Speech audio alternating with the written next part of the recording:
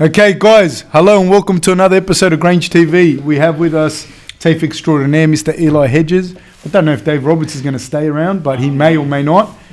We have with us the reigning, disputed and defending middleweight champion, Robert Whittaker, and I'm saying this, future heavyweight champion, Tai Tuivasa. Welcome, special guest. Thank you, I bro. second that. Thank you. Can I just point out? Fab called me the disputed champion. Undisputed. I said undisputed. Who's disputing it? Undisputed. Fab's disputing me himself. Yeah. Undisputed. Personally. I said undisputed. What are you doing this to me Nah. for? You don't? Do you feel that Tai will be or will not be the heavyweight No, champion? I second that. I've mentioned it on heaps of different interviews and heaps of podcasts. I think Tai can go the whole way, like, I think one so. way or another. Champion bloke. He's gonna fucking bash his way up there. I reckon heavyweight champion for sure. Maybe even come down to light heavyweight, middleweight. Oh, I don't know. 3 belts. 3 belts. I can see him doing that. Just going down all the way down to welterweight. Yeah, I think so. If they keep the early weigh-ins, you'd probably be able to do welterweight. 100%. What even weight is that? He hasn't seen 77 kilos. Since he was like 8. I was 100 kilos at 9. When you were 9. 9 9? years old, no. You're 100 kilos. How heavy were you when you were like 5, do you reckon? Well, half that. But you were 100 kilos when you were 9? Yeah. That's fucking massive. I remember And I playing. could run too. I can run. I remember playing. Fob original, bro. Dude, I remember playing footy against guys like Tai, where there was like everyone was normal, and then there's just one giant, and he was like the moving force behind the whole team. That's me. What's it like being? What was that like? It's me again. I don't know. That was just. I've always been big. Did you just run over people? Yeah. It'd take like 10 of the blokes on the other team to stop you. Yeah. Who did you play for? St. Mary's. St. Mary's. Yeah. So there's probably some kids in that area listening right now going, Oh, yeah. They know me. I remember him running over me. They remember. That's their claim to fame. I remember those guys. I remember those guys like that would just run through your team, and you have like all these like 12-year-olds Yeah, hanging that's off his me. shorts, hanging off his ankles, like, and no one could stop him. If we had internet back then, Yeah, I I would was have went viral on those little kids. Yeah, the phones. Yeah. I'm the people the parents used to complain about. Yeah, we you should would've be been on the weight footy show. division. We Yeah. should be Kids like this. No, but that's a legit question that I actually want to ask you. Did that put pressure on you? Like, as in, Put pressure on me. Put your kids in netball. you know, but did it put pressure on you in as far as like did people say like you were older and da da da da? Oh no, everyone. You play together since you're 4 or 5 years old. They know you, but it's just you get bigger. You know what I mean? You big naturally. It's genetics. I'm just bigger than the white boys catch up. They end up making it the first grade more than Can any you tell of us what your background is? My mum's Aboriginal and my dad's Samoan. So So self-proclaimed fob original. From which your family is from? Where? Like, what's Eli? Like, where's your family from? I'm a Wiradjuri. Wiradjuri boy, yeah. I'm a Wiradjuri boy too. So you both were Wiradjuri. Mm. Okay. And you did. Sorry, go on. You were talking about your family. I don't know what the fuck. And then your Samoan family?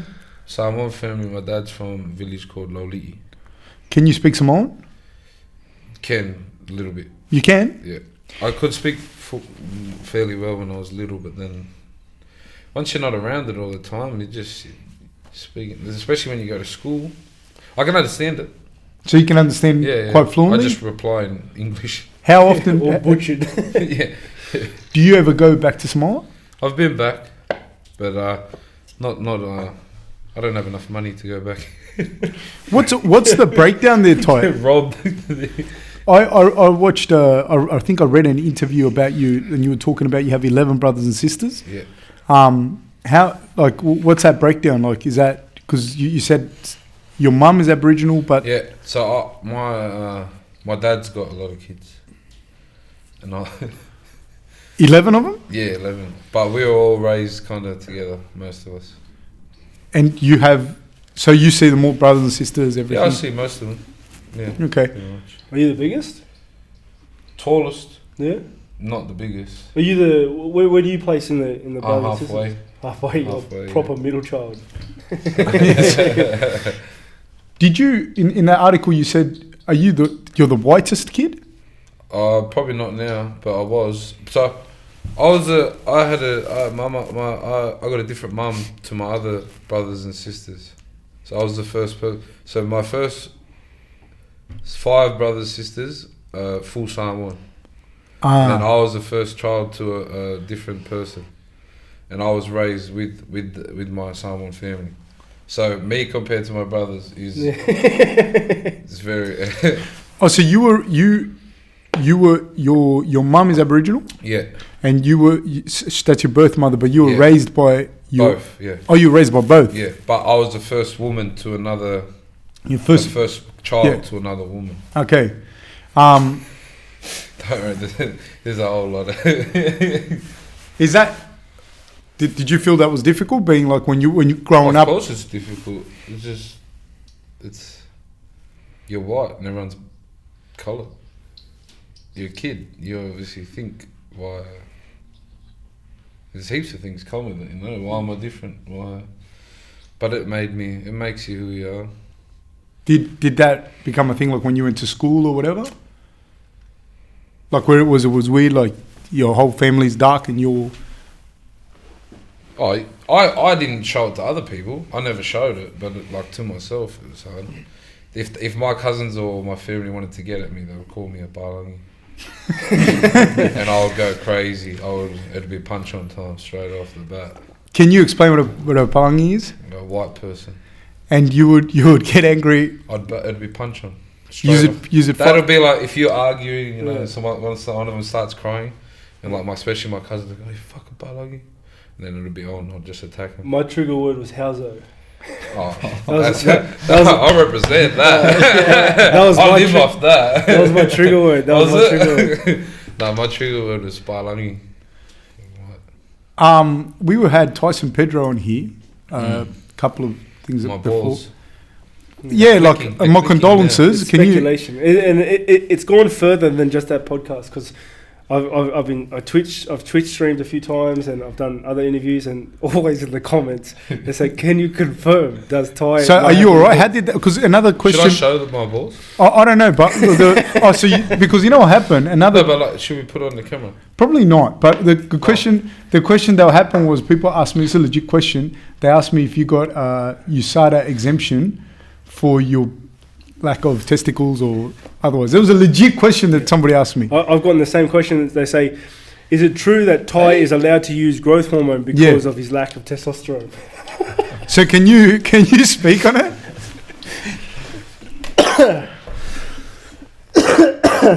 There's no. There's this Tyson being a fuck me. I don't have plastic balls and dickhead. I got a kid to his sister. Fucking shooting something. Because that's what people like. That was the thing. No. He said that an infection spread due to your tattoo. Man, they can't talk shit. So He said it clicks and you were like, oh my god. we didn't know. No, my balls are all good here. Come No, we're good. We're good. But how bad was the infection? Nah, the though? infection was fucking pretty bad. I could have chopped my leg off. Was that bad? Yeah, it was creeping up, but luckily I gave in before it got to the balls. Because do you have a pretty high pain threshold? Normally? Yeah, I got a but I'm more stubborn than anything. And like, so with the tattoo, you know, you don't want to. You didn't want to go to the You waiting don't room, want to mate. ruin it, you know. You didn't want to go to the waiting room and sit Oh there. no, just like I was embarrassed. You know what I mean? I didn't want to be like, oh fuck, it hurts. You know, I didn't want to tell anyone. But then it got to the point where I was just sitting there stiff, like I couldn't piss. I couldn't, like my whole stomach started. Is that because of the culture behind the tattoo itself? Yeah, Because Tyson was mentioning it a little bit. and I don't want to act like seem like I need to get help. Like, you know what I mean? But fuck, I mean, they got my leg. Did it swell up and bro, was bad, it pussy? And bad. Come off the skin like that bad and just kept like bubbling up. And that was your leg. What happened to your arm, Ty? So I got my knee surgery from the fight with Mick Sweeney. He snapped like all the ligaments in my knee. Is that when he heel hooked you, or was it just in a? Yeah, he heel hooked me. I went the wrong way. I watched that fight. Yeah, that's my fault. But he no, but I've hey, done the same fuck, thing. It was my stupid fault. I go stupid and I forget what I. But you felt a pop in the fight. Oh fuck yeah! Like, I tried to get up. I tried to stand up. I couldn't stand up, so I did this fucking tackle on the ground. I tried to tackle his legs and try to punch him on the ground. And what had happened to him? Because I was watching, it wasn't clear. He said he couldn't see, or He said his eye detached. I was like, he's a fairy. so he didn't detach, or it did, or doesn't matter. He's a puff though, isn't he? Who cares? Fair enough. He gave up. So from there you went to get your fuck, that was so funny, sorry. Just laughing at what he said. Did you get your No, if your eye gets detached, you're a fairy. No, but he wasn't like I don't know. Speak, man. Speak. No one's going to listen to this. No, His own we got corner, like 2 his- viewers. One of them is my mum. So His own corner wasn't like, I don't think they wanted him to give up. And they're like saying, I don't think it's detached. And he's like, yeah, it is, I can't see. But isn't you, if your retina's detached, can't you like see it? I don't know. I've never been in that position. Yeah, I don't know. Anyway, if he come out and kicked me once, he probably would have lost my leg, but he didn't, so I won. fair enough. I understand where you're coming from with the turning the wrong way, because I have also done that. Yeah, fucking killed And too. I didn't even know what a heel hook was at the time. No idea. Not a clue.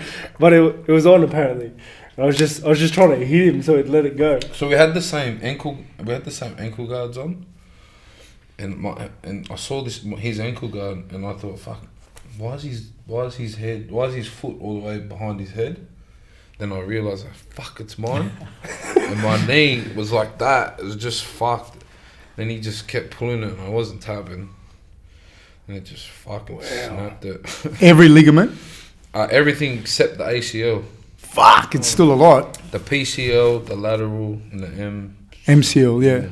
They all went. Snapped every single one of them.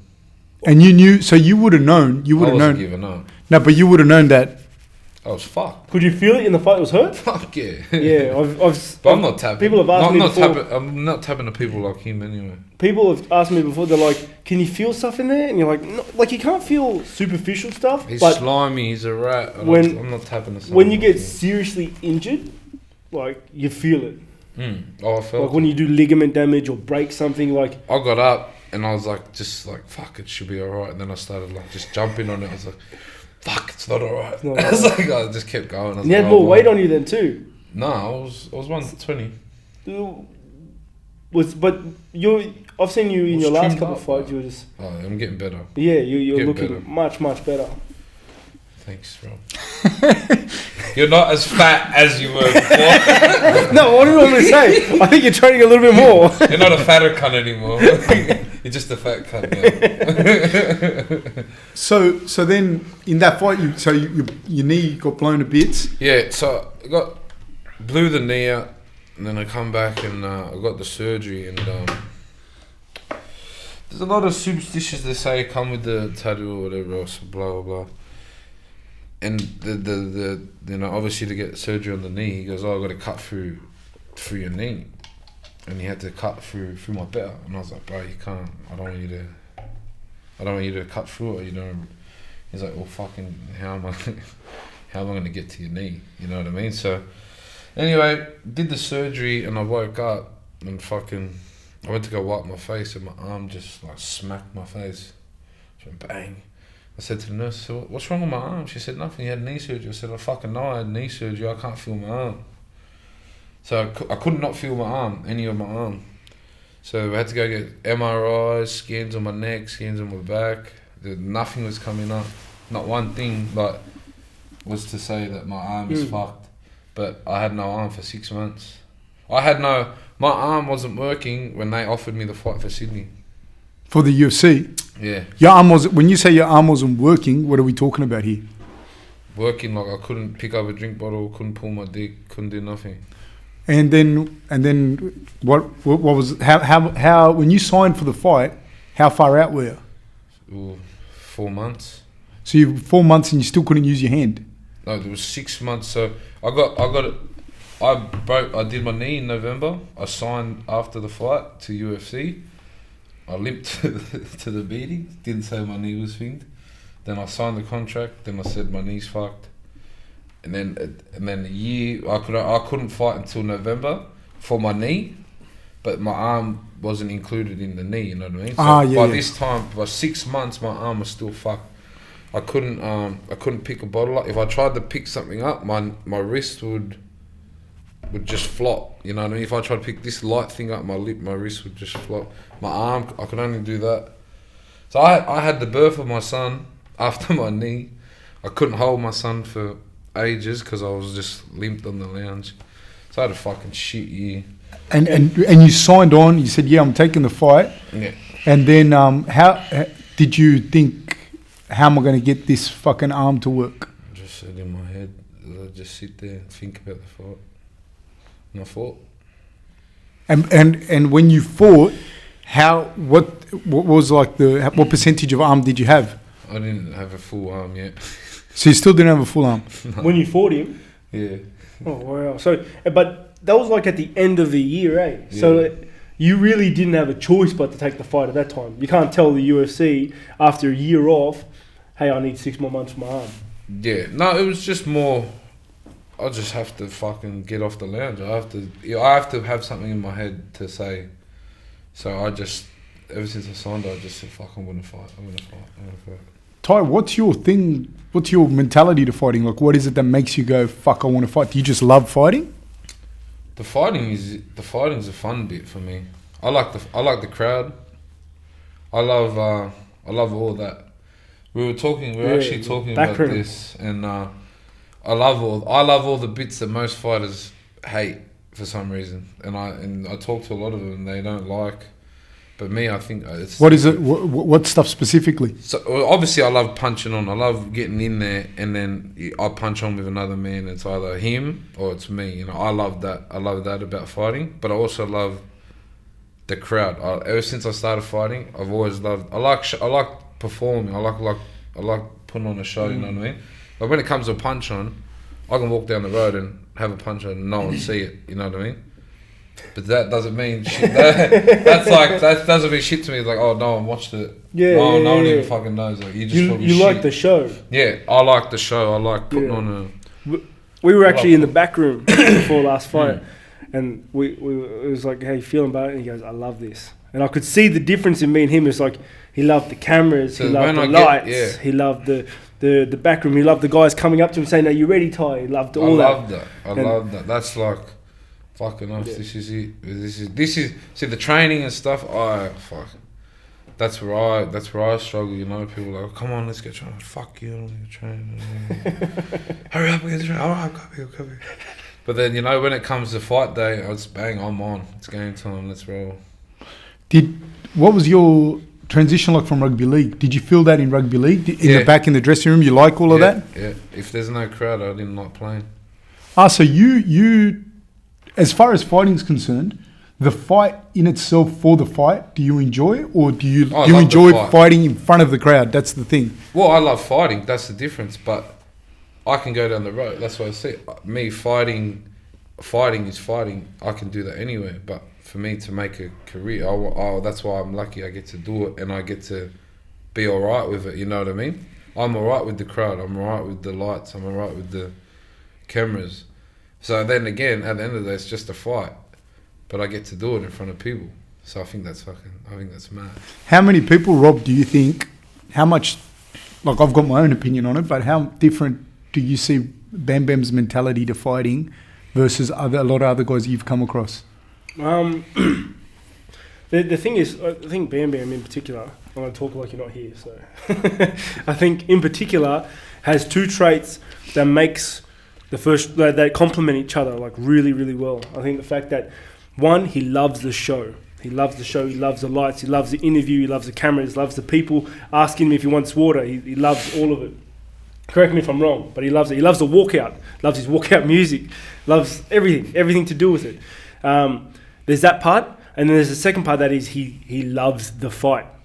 He's not fighting for the show. He's fighting because he loves doing it as well. And on the back of that, those are complementing each other super well. Because I see a lot of athletes in the higher ends, they get to the top 10, top 15, and they love the show, but they're not really there for the fight. You know what I mean? And they want to put on a show. They love the lights. They love all that sort of stuff, but their heart's just not in the fighting. Then there's the other side of the coin, which is there's those dudes that just want to throw like Mark Hunt, but doesn't necessarily love the show, doesn't necessarily love the lights, you know, but he loves banging. And I think your two traits, you got both in equal measure, and they just complement each other so well. You know what I mean? It just makes you dangerous, dude. One of the things I see is like, Eli, do you want to comment on that at all? Do you see? You've been in the fight game for a while yourself. No, I think, you know, I mean, Rob summed it up pretty much perfect. You can tell that he loves both of them. When you're in the lights and that, but do you know, I mean, do you get so excited because where you've come from, your background and that a little bit, or? Not at all. That's what a lot of people ask me, but then I reply and I might sound like, but it really doesn't. I just do it. Just like, it doesn't, I don't feel really, I think the last fight when I got put through 3 rounds, I thought in my head, I was like, this is the only time that I want to feel, because I've never done 3 rounds, you know what I mean? Yep.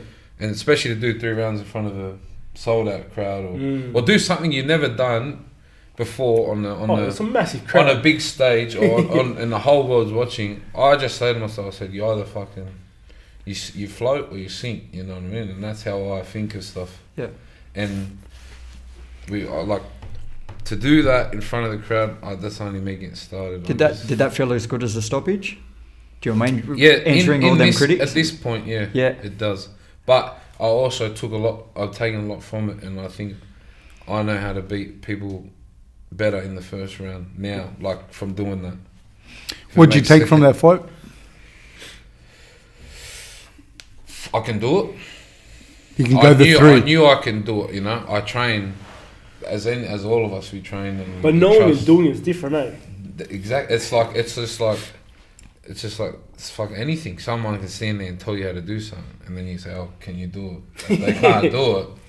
In the fucking, yes, I get a lot of guys. Fab gets a lot of guys actually that are like, you know what Rob should do for his next fight, mate. We just had I had a conversation this morning, but that's what I say to people. That's what I say to people about fighting. Fighting is probably the worst sport for fucking know-it-alls. Yeah, for advice and stuff. Some of these cunts never even got a hiding from their parents, let alone have a fight with someone and throw hands back. You know what I mean? But they're down there. But everybody has an opinion because. Fuck the internet now. Yeah. So everyone, it's like Tyson's last post. Did you see his post? No, I haven't seen it. Kick one in the pool? No. I just liked it. Oh, it was like he was sitting there. Like, I'll read it out. And like he puts words better than me. I'm more fucking Westy. Just shut the fuck up. Don't be hard on yourself, man. You know, he puts his words together mad. Like the last bit of this post is like, thank you for all the people telling me what I should have done to beat him. I've jotted it all down now with your wisdom. I'm a much better fighter. Like, you know what I mean? Like, in this sport, we have cunts jumping in from left, front, centre. Then you click on their page, and old mate's fighting Street Fighter on the game. Like, shut up. Yeah, well, he's watched 700 fights on UFC. He's like, not even, dude. I'll tell you now. But what you said is like spot on, and it's like confidence comes from doing. So once you've done it, you know you can do it, and that I think is across all avenues in life. You know, like whether you're moving to a different city, whether you're going to do this, whatever. The confidence in you being able to do it is from you having done it before or you going in there. So me doing it now, I get to sit back and look at it and be like, now I need to do this in training more because I want to punch the same as I did the first round. Do you know what I mean? As well as your next opponent. Yeah, but saying it and doing it is different because I couldn't say that before because I'd never done the 3 rounds. Well, if your next opponent wants to go to war, you're like, I'm good for a war. I'm good for it. But now I know what to do even more to make it better. One of the things I see, I am not a fighter. I'm barely a TAFE teacher. They barely fucking let me in the building. But like, don't lie, bro. You got it set up. A little bit, mate. You're making the Half Cast podcast look bad, bro. Mate, Half Cast podcast has a lot of views. A lot of views. It's just with dickheads. It's actually good, man. I actually like listening to it. But one of the things that allows me to see it probably clearly is because I don't fight and I don't feel the thing that I have to pretend that I'm a fighter because I'm not. And so a lot of the times when I'm at the back or I'm just around and I see people, I talk to people, and I see both you guys that are genuinely dyed-in-the-wool born fighters, then I see other dudes and I'm like, you're like me, but you're fighting. And I don't think you should because you're going to run into these people. I say this all the time. There's fighters and there's athletes. Yeah. I think fighting, the sport now, most of them are athletes. So, and like, as when I say an athlete, it's like you can go to the gym, you're talented, learn everything, and then have a fight. Do you know what I mean? Where I know. Other people are fighters where you don't have to go to one class, where you might also you just might scrap all the time. So then you got someone who goes to the gym and learns every day, and someone who's had 20 fights already. You put them together. It doesn't matter what training you do. The guy who's already done it 20 times before, he's going to win. The thing is, like, exactly what you said. There are some guys that are just athletically talented. You know, it's not necessarily combat sports. It could be tennis or football or soccer. They're good at sports. Yeah. But I feel, and me and Fab have a lot of discussions. Like, I feel fighting at its, like, yeah, you can have a picture-perfect fight where you implement your game plan, you knocked out the dude and you're good and you think you're mad. But then it's the real fight happens when you've been hit or when this guy is as good as you and you don't have time to think. The game plan's gone out the window and you're literally just going off instincts. Yeah. And I feel those instincts are what separates the fighters, as you say, to the athletes. I get asked about game plan all the time. And like my corner, we have that. My corner, my people know me, you know what I mean? So we don't really make a game plan. We just try to stick to, like, the holes from the start of training. We just try to stick to something, like, so pressure or something like that. We don't make a game plan because they'll probably make a game plan and I'll go out there and fucking do the total opposite. No, but I think honestly, Bam, that's a more higher order thinking. What you're talking about, that's still a game plan. It's probably higher order because what you're saying is, I'm going to go and pressure. But for you to pressure, you have to be able to do A, B, C, and D. And you have that thing innately in you, and they're able to recognize it. Yeah. As opposed to saying, you're going to throw 3 kicks and an overhand right, and you're going to... And that's taken away from what you do. So I think you guys are doing a brilliant job. Yeah. Like, thank you. I do honestly think that, because, like, to say to you to be someone different is... That's a shit plan. You know, it might look great on paper. We had a game plan for my first fight. Like, not in the UFC, my first ever fight. Which fight was that? I was just years ago. Tom, I hit a game plan and I went out and did the total opposite. Just knocked the guy out in like 20 seconds or something. Well, that was a good outcome. Yeah. And then Tom was like, we're never fucking making a game plan again. That's what a lot they asked me as well. It's like, what was your game plan? Do you have a game plan? Do you ever have a game plan? Like, and it's funny because I've said the same thing, is to hit the guy. Yeah. Like, as hard and as much as I can. The game plan is to fucking stop the fight. Yeah. You get out of there, you know, you want to win. There's with Rob, when you know the whole team works on it, it's similar to yours. It's like, we understand what Rob can do. Yeah. And that's the overall strategy, to be able to implement that. And then tactically we want to break that down into, say for example, in a real easy way, he wants to put the guys back to the cage and fucking tee off on him. You know, so how are we going to implement that strategy? Yeah.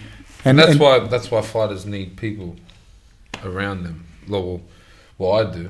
You know, I need my team because, fuck, I can get in there and fight any day of the week, but if I'm not ready, and if you don't have someone nagging me fighting ready between me fighting just going to punch on there's going to be two very different types. I think that's the other thing. Like, when we speak, sometimes people, like, you say for example with me, I don't help Rob fight. Like, Rob could fight always, but sometimes there's things that, like, even like, say we got an accountant, a good accountant. If you need a good accountant, we've got a good accountant, and he helps Rob much more than, no, I'm not going to say much more than the guy who holds the pads, because Justin's a fucking weapon, but just as much, because the stuff that Rob could probably punch on quite well without ever doing the mitts ever again. Yeah. But he'll be fucked paying taxes, you know, and if people don't understand that they're the building blocks that you need, like all those things in order in your life, because fighting, you guys can do it. Yeah. That's easy. For sure. with your rugby league background, and I know you've probably told this story about a million fucking times, but do you miss rugby league? Would you like to go back and play? Would you? I miss the team. You know, always. I've always played footy. You know, I've always been in team sport. So I miss the boys. But I also do that like with my fighting now. I try to. Mark, Mark really created it, and that's what there's one fighter, but we make a big team. You know what I mean? So it's like a team environment, and it's being in the team and then doing an individual sport. I think is very. I don't know how to explain it. So when I used to play in a team, I used to love being in the team, But if one fucks up, everyone cops it. You know what I mean? Where in fighting, I like the fact that it's just you out there. If you fuck up, you get knocked out. You know what I mean? I like that pressure as well. I have because you have a rugby league background as well. Oh, but not as good as Bam Bams. Not as good as Bam Bams, but I played league my whole life growing up, and the biggest thing was like exactly what you said. Like I love having the boys. I love the wins when you're with the boys and with your team are great when you win. Yeah. But like you said, if someone stuffs up, I hate you so much. Like I hate you. I want to hit you because you made us lose. And I just hate that feeling of relying on other people because, and the fighting's lonely in a sense that. You're like, you have your team around you, coach, but it's just you. The faults and wins falls on you ultimately in the end. Always. But it's also you to roll your sleeves up and to grit it out and to grind it out. Like. And then again, also, it was just the way of... with me and league and how it stopped, it all just clashed at the end. It was all just clashing. It was just my personality, the rules of being a rugby league player. It all just ended up clashing, and I think that's another good trait I have is I'm good at making my own mind up. If I want to say no, I'll just say no. If I want to say I'm going to do this, I'm going to do it. I've always just been good at it, and it was just all colliding, and my love for the sport was just going. So I just said fuck it. I said I'm not going to play anymore. I need to go back home, and then but I always said in my head I was fighting already at this time, and I was like fuck it. I'm getting in trouble for fighting in footy. How much would you fight in footy? As soon as we start losing. Nah, I was just like I'm a mouth as well, I was just me. So like I wouldn't get picked for teams because I swear on the field or because I talk how I talk, and that's fair enough. Fuck, you don't pick me, but I'm still better than all the people you picked. What level was this that we're talking about? Because all through, all the way through. Because I imagine, and I'm no selector, but I'm going to throw this out there that if you're 9 or 10 years old and 100 kilos, I would probably pick you on my team. Yeah. And you keep your eye on it. Kids, that's kids footy. I understand. Talking about when we. But how heavy were you when you're 16? I was 120 plus. When you were 16? Yeah. Playing Harold Matthews. When you were Harold Matthews playing, you were 100. Yeah. See, again, I would have picked you on I think my mum would have picked you on your team. And my mum doesn't even know what a football looks like. Your mum's a smart person. So, you know what I mean? So, I guess what I'm getting at is, obviously you were, a prodigy in rugby league. Being you were fast, I'm imagining, because you're light-footed now. And you're a giant kid. And then I would imagine that you enjoyed a lot of success in rugby league, even with other. What mistakes, what things have happened in your rugby league career? Because being that you were quite a prodigy all the way through, what things happened that you now take over to your career? Obviously, attitude. You grow up, your attitude changes. If your goal changes, like it was more when my son come, and I said, "Fuck, I got to do this." There's no, and that involves doing the shit that you don't like. So training, running. But to me, that's the shit I don't like. So I had to automatically change my mindset and be like, you're not gonna do that. You have to do this. You know what I mean? So I obviously, when I was young, I still probably didn't have that yet in footy. But then But I've trained. I've been a professional athlete since I was 16. So I just took the same thing, you know. It's train, and you got to fight like that. That didn't make sense, did it? No, it does, because I think you were, and is it fair to say that did you carry over any like regrets in as far as like saying, I didn't train as hard. I didn't train as hard as I could have, and now when I'm fighting, I know that I've got to train a little harder. Some of that, yeah, but I still don't. That means I'm backing up on my decision. I picked my guns and I went with it. Yeah. So when you fought Peter Graham, because I was there actually, I was live to watch that fight. Yeah, but that Peter Graham woke me up. Man, that fight, honestly, I'll be honest with you. I got a fucking hide him.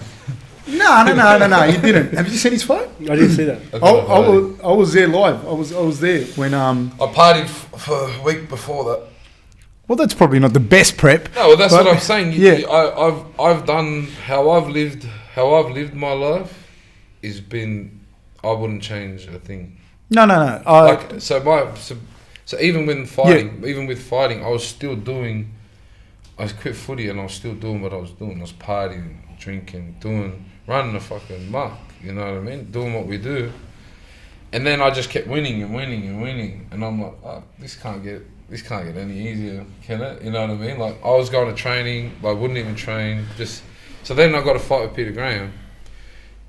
And that is when you learn that it's a very lonely sport. Yeah. You know, when it's winning, it's all fucking mad. Oh, everyone's partying. Everyone's on your back when you're winning. You're like, fuck, you're the man.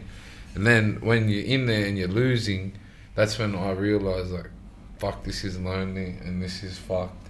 But I beat myself. I didn't train. I didn't prepare. I just went there and punched on, and he read my bluff, and then gave me a hiding. You know what I mean? Like, yeah. So from then on, I was like, fuck. Sit down. You're not the man. Don't think you can punch on. But if you're experienced and fitter than you're gonna get a hiding. Well, when I saw that fight, that was probably the fight that, because I'd seen all your fights leading into that, but that was the fight that when I saw that fight, I thought, like, this guy's gonna go the whole fucking way. After I got a hiding. Yeah, because I think that's a result. Thanks. No. The same thing when I lost. Yeah. Yeah, like with Thompson, that was a fight. There were two fights.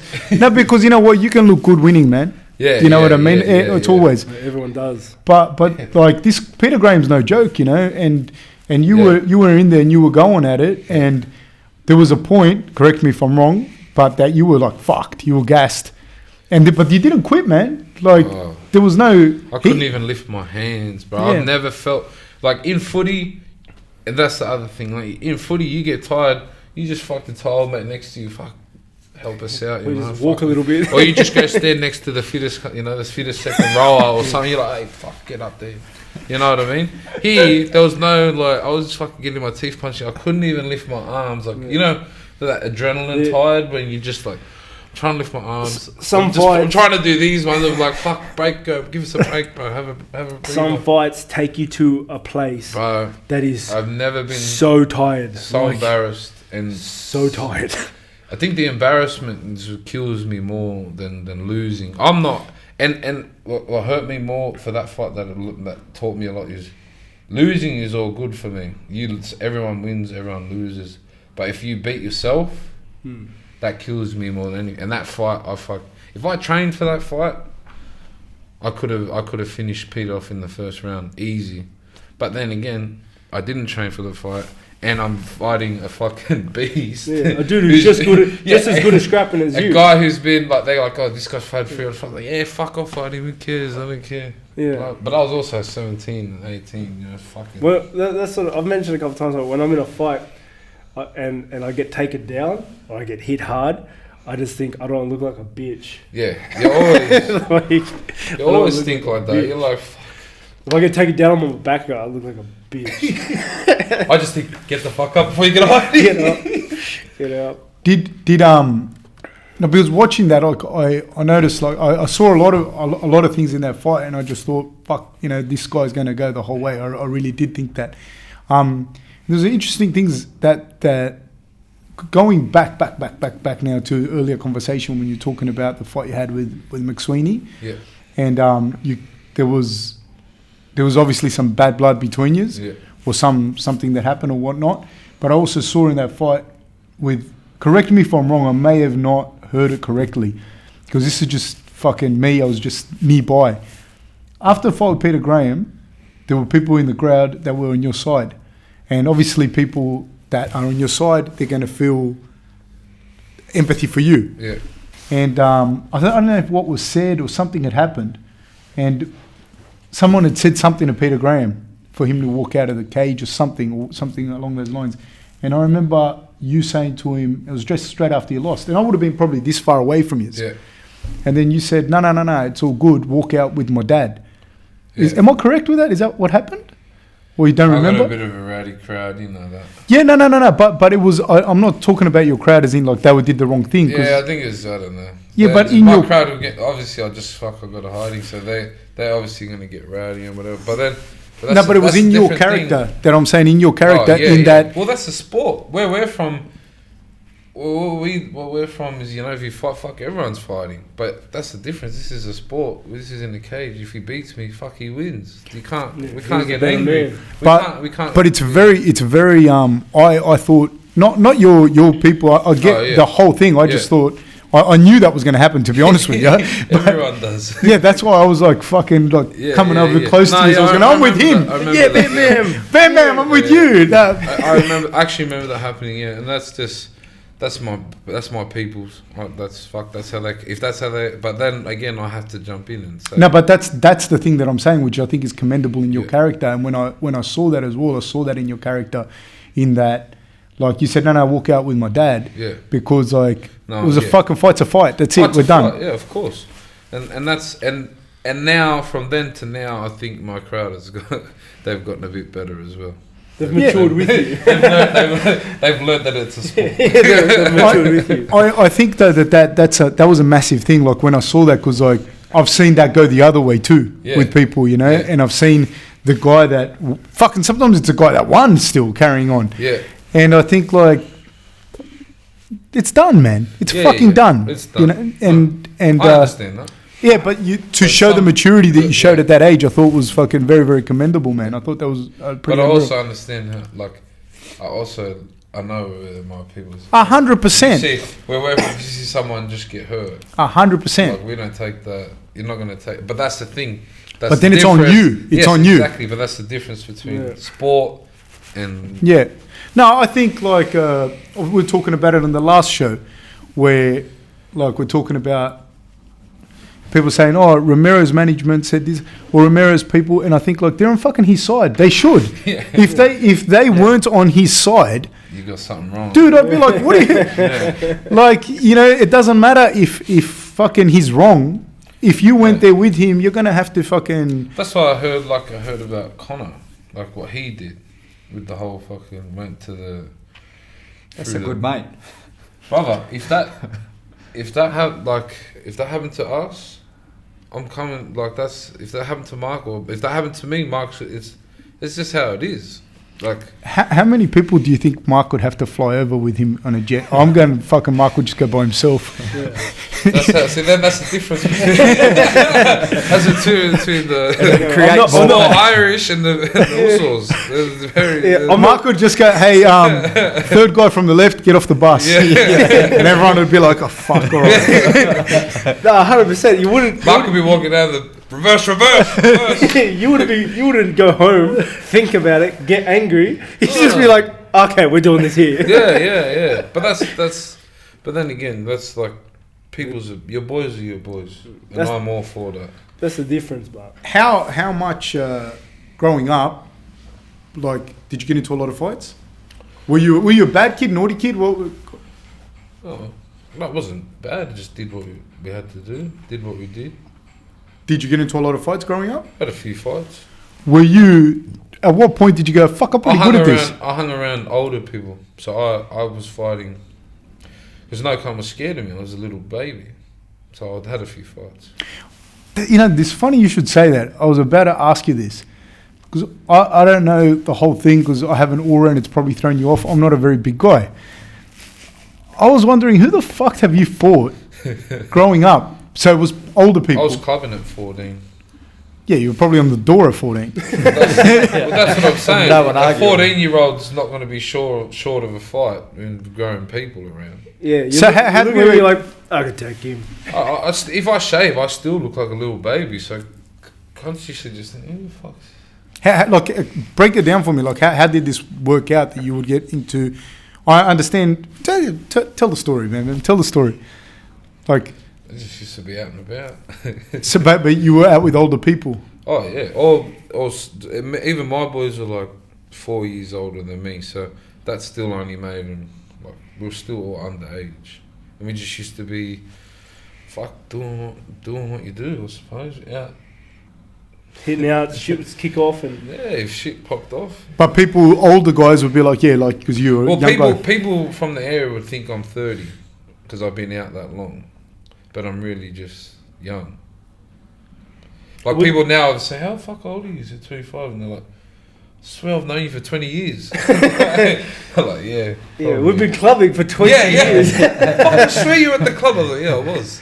Yeah. Like, how good was this club back in '97? It's not like I used to go with me bottle. But would the guys at Stauncher at the clubs and stuff, would they be bigger than you always? Sometimes not.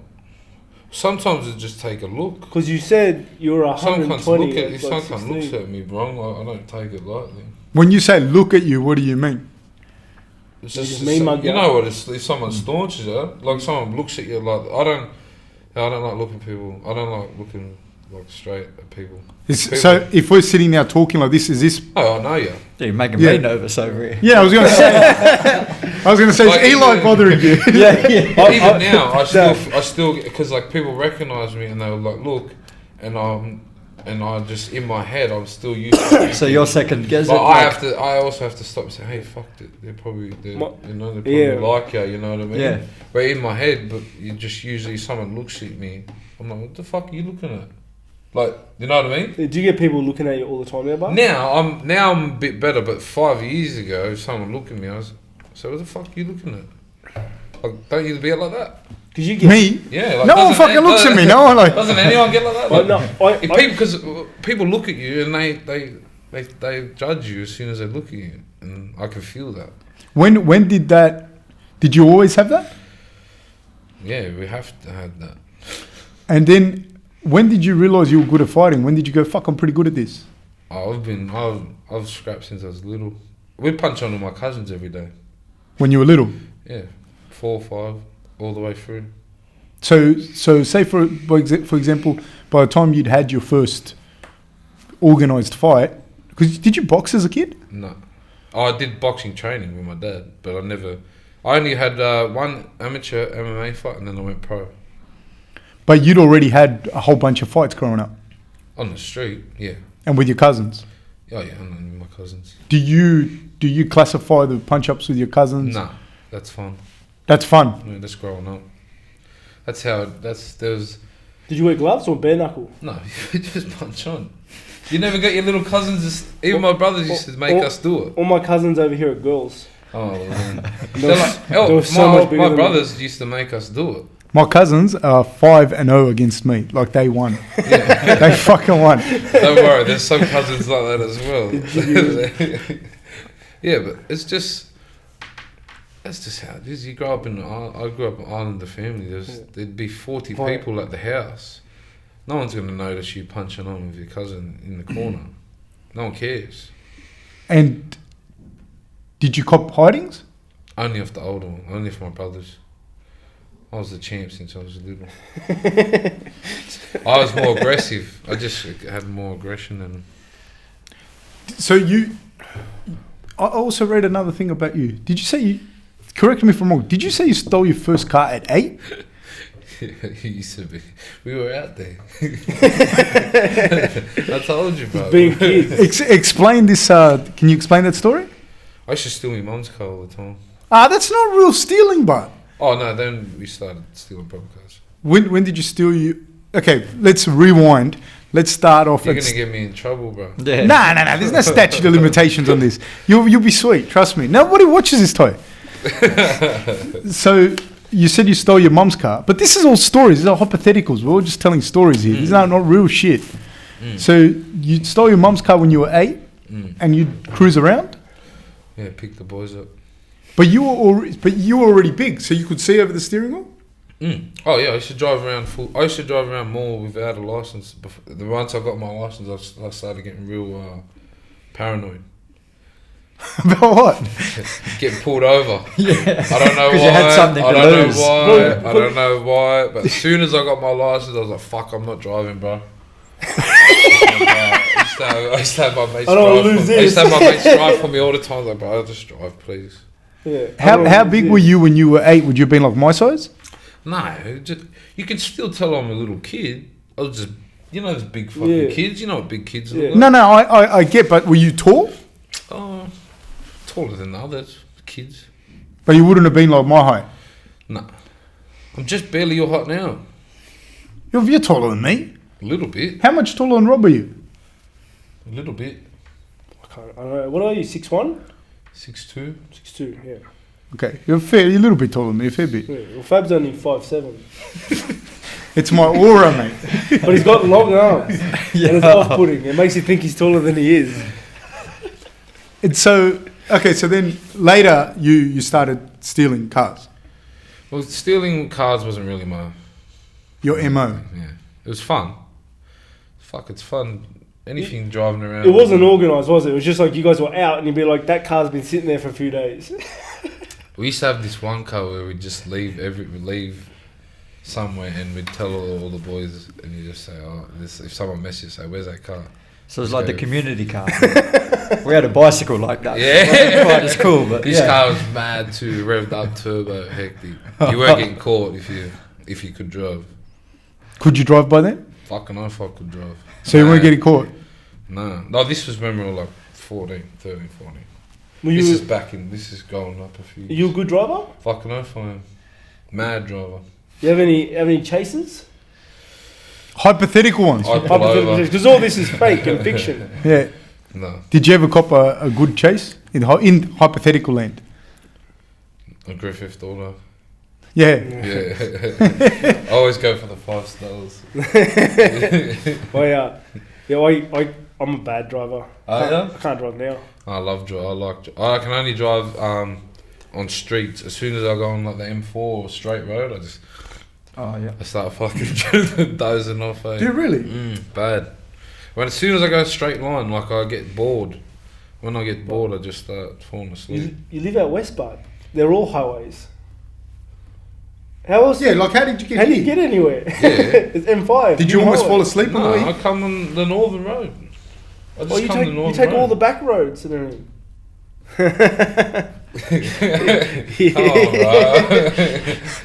I'm not getting caught for anything. What's next for you, Bam Bam? Right now, I'm gonna get busy. I just wanted to get this fight. I wanted to win. I wanted to, try and get to the top 10. Now I want to negotiate my contract.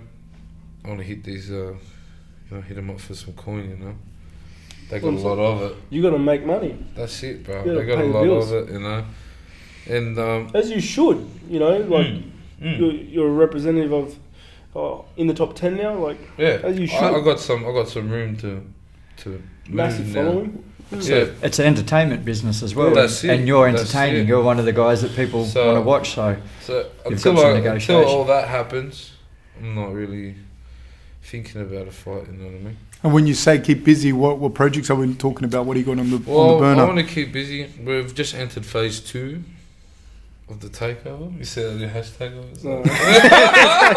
I saw it. I saw it, bro. What is it? Hashtag is What's it takeover? What's it takeover? Phase 2. We've just entered phase 2. What is phase 2? That's the thing. There's some Illuminati stuff now. That is the thing. That's the thing. No one knows. But you know? I assume there's a phase 3 as well. you don't. If you put a limit on it, you're putting a roof. Fuck. On it, you know what I mean? So no one knows If you because put a Bam lim- Bam if you doesn't put a- know. If you put a limit on it, then you're putting yourself Fucking down. Morpheus. True. No, That's who he is. True. You're just True. putting yourself down. You It's don't deep. put a limit on it, bro. We just keep going. Bam Bam doesn't know what he's we gonna just do. keep going. We just keep rolling, bro. I love that. That's my favorite quote. What you're doing some work now. Can you speak a little bit about the work you're doing with the Aboriginal elderly? Well, I haven't done it for a while since I've been busy with the fighting and stuff.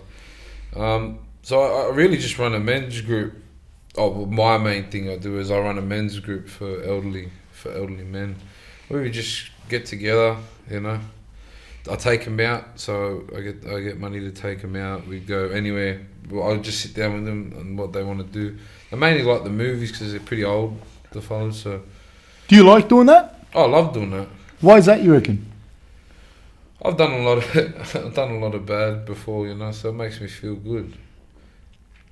No, but you know something. And I love hanging with the older people. They Oh. get a bit of wisdom, you know. They've always got stories to tell, And you like listening to them? and I just I love listening to them, and I just hanging with older people makes me realise, because with that line of work, you also see a few of them die. You know what I mean?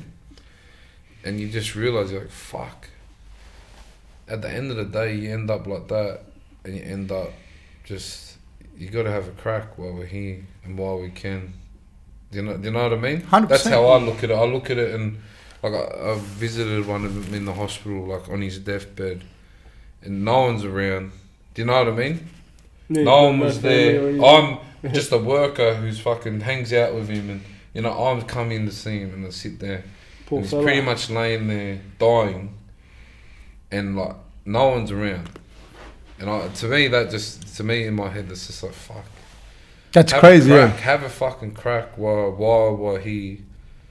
And even before that, a lot of people I've been around die. I see a lot of people die, and I just think fuck it. Well, it can happen to me tomorrow, but while I'm here, I may as well have a crack. And I think that's an awesome thing, and I don't think that's something that someone like yourself would get the credit for. I think you have a large personality and a persona that far overshadows that other human side of you. I think because you are a father, Yeah. you work with Aboriginal elderly, you're taking over the UFC as well. Phase 2, baby. Phase two. But Rob's on that. Hashtag phase 2, baby. Next Phase one, 2. baby. You know what I'm saying? I got you. Phase 2. But that's pretty fucking cool, man. That's pretty interesting, and I think the psychology behind of why you're doing it is very interesting. Well, look, like, I'm from where I'm from a place where what's normal to me, in other people's eyes, is probably some of the worst things that people could. Do you know what I mean? So how I look at things is very different to. And I get asked this question like, all of the time, oh, you've made it, like, how does it feel? I only have to walk out my door, ring people that I've known forever. Things haven't changed. So I don't look at it like that until, do you know what I mean? I'm just doing me, I'm just doing what I'm doing. I'm having a fucking crack. Yeah, absolutely. But, like, I don't know if that makes sense. No, you it know? does, People, I can only go down the road and see people who I've known my whole life, and that doesn't change who they are. They're still doing what they're doing. They're still, do you know what I mean? So, where do you think you would be without fighting right now?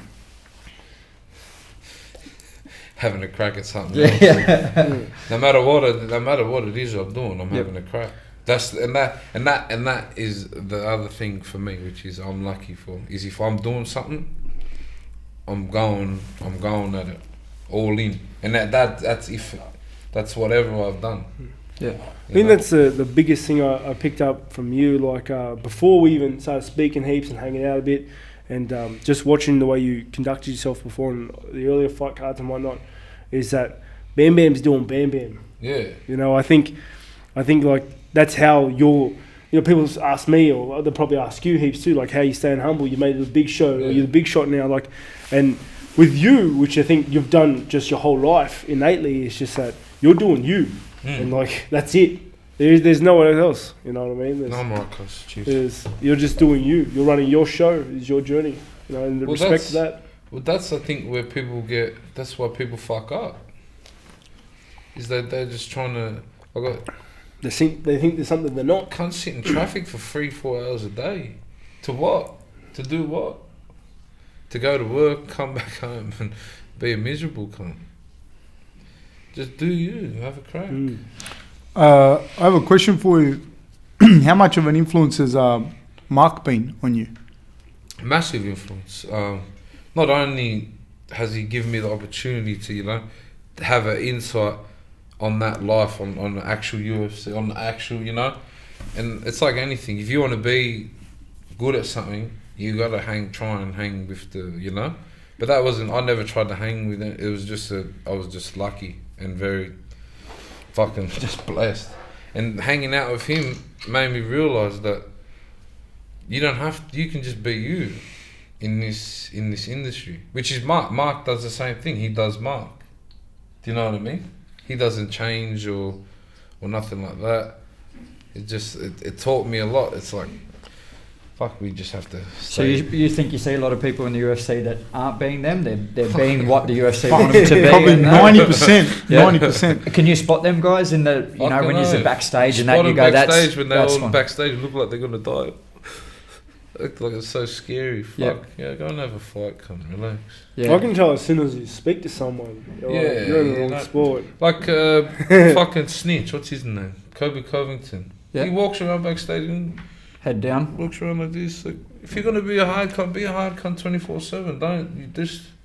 Well, that's how I look at shit. If you're gonna be someone, be it all the time. If you're gonna make your persona being a hard cunt. Be a hard cunt 24/7. Don't be part time.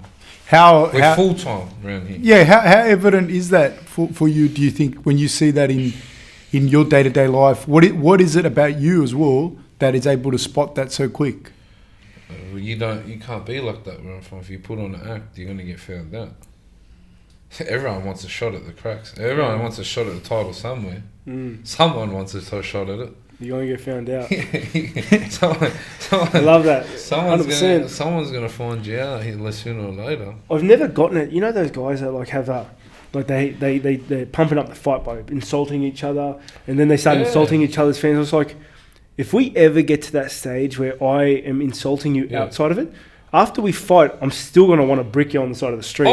And that's I'm not leaving it in the octagon. You started it outside. Yeah, and that... Like, I understand the whole G-upper fight, I understand that. But then there's obviously... if someone says something that's overboard or something like that.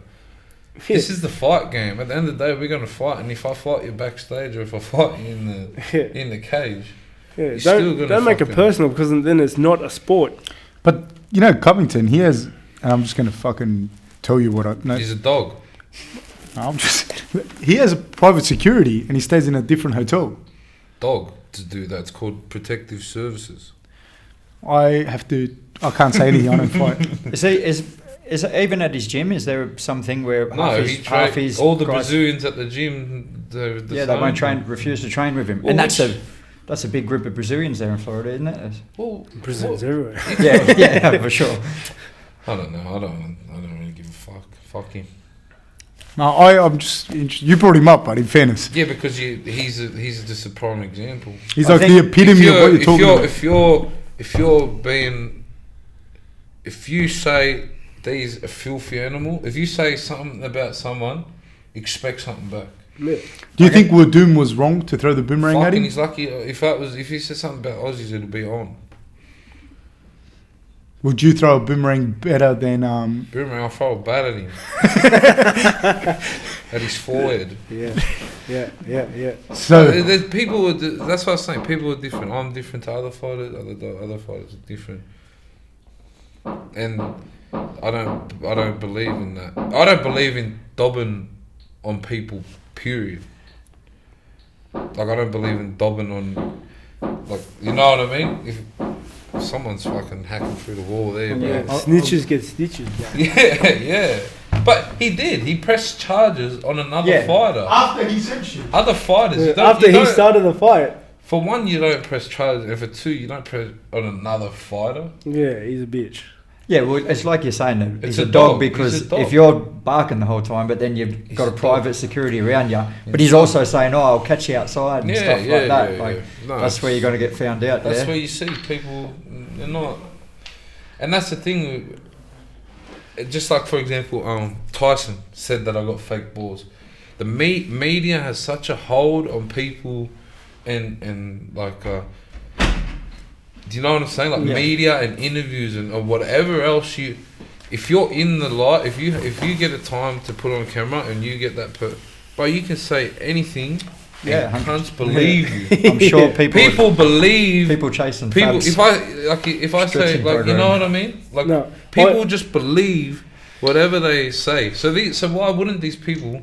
They can act how they want to act, and people believe 50%, dude. Because like we have people believe that we have shit. people all the time going off at Fab and our training team and our coaching staff. Because on the embedded, all we do is play games and crack jokes. Like there was that scene in Embedded where we walked into the dressing room or the back room. You know the open workouts? Were you there? Well, in the back room there was just like wine glasses everywhere with like half drunk wine. And the camera comes in and goes, "Oh, what's all this?" And goes, "Oh, Rob likes having like 5 or 6 wines before going out." So like, as if we do, but people were smashing us for it's just that's why it's I don't care, you know. And now I never watch TV in general. Like I've never really watched TV, and now I'm on TV and I realize what. Like you might see something and be like, "Fuck, that didn't happen like that." Yeah. You just think. Bro, these people can do anything on camera or on, like even like interviews now I see that are offered out Brock Lesnar. The question was, would you fight Brock Lesnar? I said yes. You'd fight anyone. Yeah. Now it just turned out that I'm out there offering the world out, and doesn't mean shit. I'll fight him, but still, you can tell how by you saying something and how it gets shown to everybody, it makes. Whatever people read or whatever people hear, for some reason nowadays it just becomes true. Sorry, because I had to step out just a second. Then I just to reiterate, how much from your background when you see someone talk like that, like how we're talking about Colby, and then you see the real world, like how he is at the back. How much does that bother you in general? Like just in, but he like, doesn't. He doesn't bother you. me I understand, at all. yeah. But how much does that attitude bother you? Does it something? Because I was At the end of the day, he's gonna live with it. He's a dog. Like you become that type of person. So he's gonna be remembered for that. So in my eyes, yeah. Could you separate the fact that? And sorry if you've already said this, just because I went over there. Can you separate the persona, the fact that he might be playing a character, or it doesn't matter to you? Well, then I think that's even worse. That's an act. Like if people Fake. act, it's fake. Like that's even worse to me. How I look at people. Yeah. And everyone has their own. Everyone takes people for how they take people. No. I hate dogs. I hate fake cunts. So he's ticking all the boxes for someone I hate. Can you explain what a dog is for people that don't? Snitch. Okay. That's funny because I'm not a fighter, but there's just working in just normal industries, working in offices and that same persona is apparent in all walks of life. It's the same shit. It's the same fake bitchy. It's people. It's life. Yeah. It's people. If you hang around people that can do that, well then you're a different person to someone that wouldn't hang out with. Do you know what I'm saying? Yeah, 100%.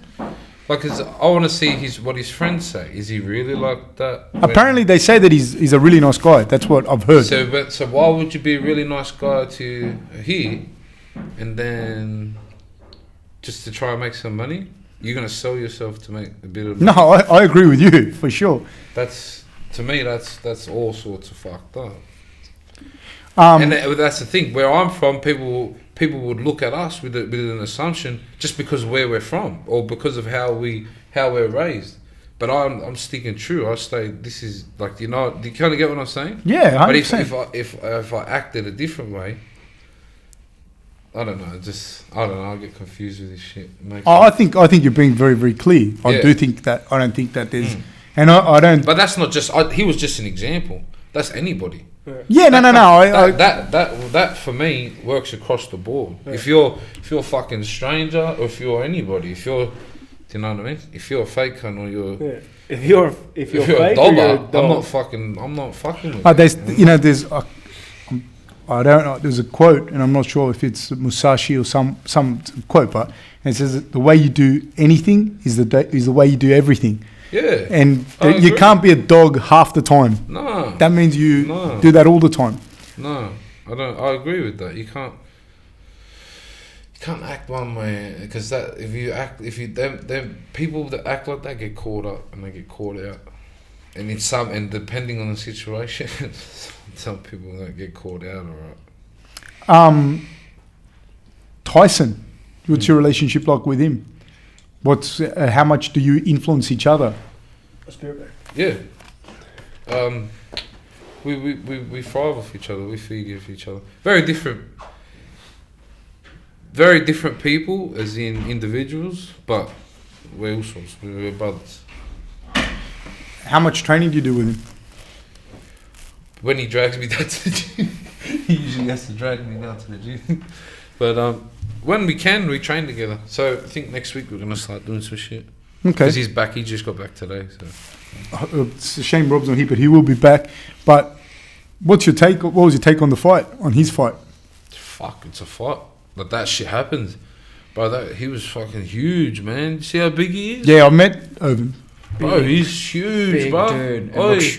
looks weak, but Bro, he was... And straight off the bat, I was like... Because everyone knows how much of an animal Tice is on the ground. You know what I mean? So straight off the bat, I was just like, fuck, this guy just must be... You know what I mean? He must be fucking strong. gorilla strength. yeah. Like, fuck, that must be... Especially to tap Tice out like that, you know? Well, I don't know, I've never tapped fucking anyone really out, but... You know, it just looked hard, that shit, man. But Tyson, I thought did well, and then the result's a result. That's the fight. Yeah. That's the whole... That's the funnest thing about fighting, I reckon. Is you can...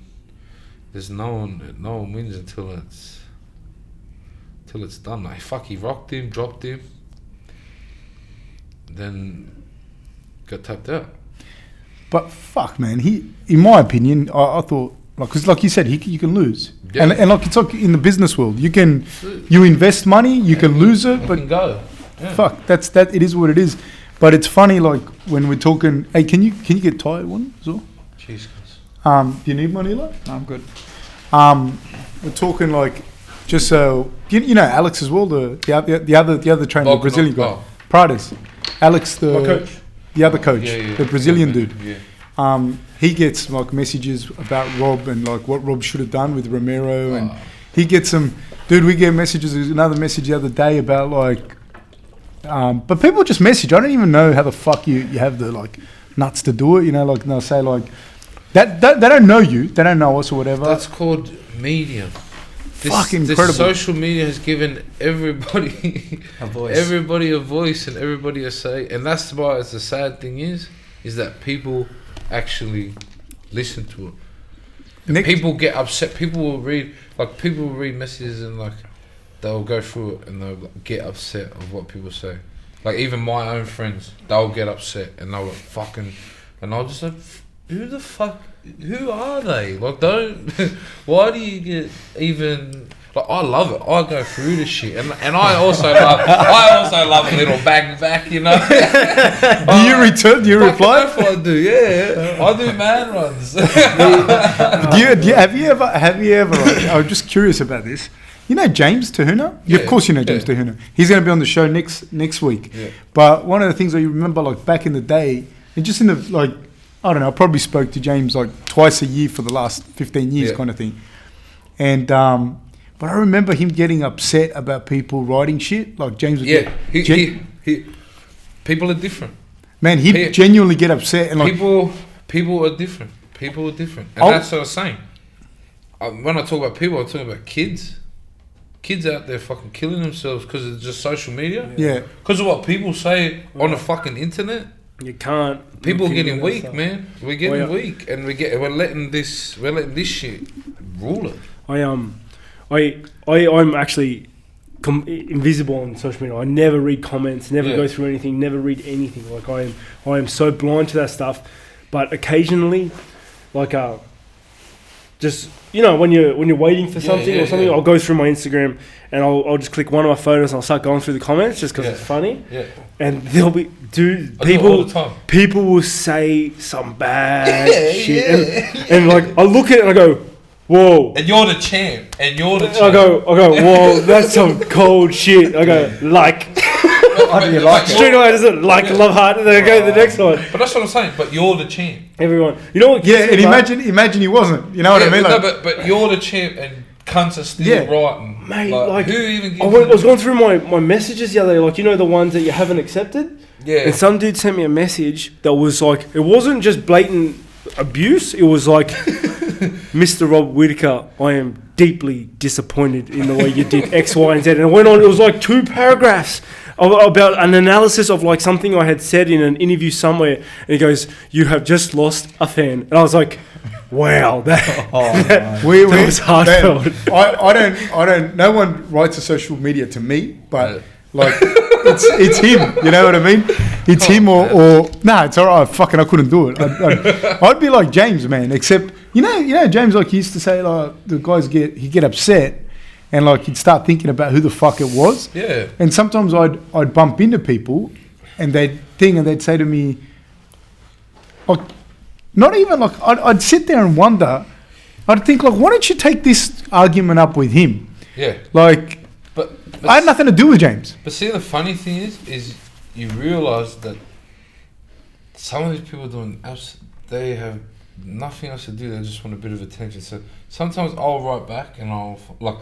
My right back. You just made the day. I got lines. I got lines for days, bro. I got lines for days. So I'm all about it. I love the banter. You want to give it to me? Get ready. We'll get some back. Because you love doing that. And I love it. But I love if someone throws a bit of banter at me, I'm gonna throw it back. Like that's just me. And I'm not gonna get angry or not, like unless it's just words. But I'll write something back, and then they'll write, "Oh my gosh, I can't believe he replied." Like, this is the best day of my life. And you're like, but you just wrote something negative just to get a reply. That's what I said before. Cunts acting and being fake. Oh, but they must all be. There was a dude that wrote about Rob, right, on the thing, and he wrote. Fab knows, by the way, because he has like 3 accounts. 3 accounts. He trolls me. He has like 3 accounts. He trolls me. He goes on and writing the dumbest shit. To me, tags I don't. Please say that. I swear. I can barely fucking use Facebook, but sometimes like it was like sometimes you make the mistake of fucking somebody goes, "Hey, Fab," or they'll ring me or they'll message me, but it's not like because I don't go on social media at all, but people say to me, "Hey, Fab."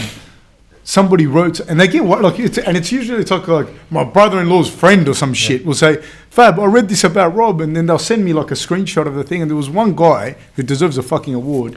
He wrote, "Rob, if you don't give Romero a third fight, now that you're not giving Romero a third fight, you've just proven that not only are you not the real champion, but you are also a coward." Oh. In capital letters, and I was like, "That's pretty coward, mate."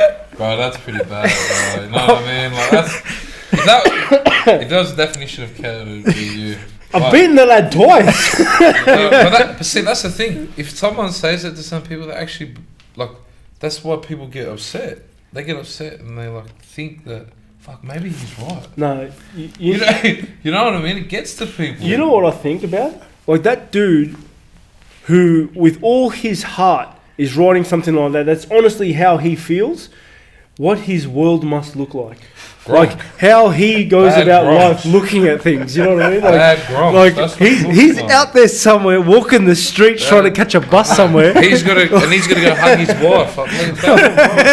Mate, like the other day in the gym we played basketball. We had the fitness group from TAFE in there, and Jacob won the first 2 games, and I demanded a rubber match.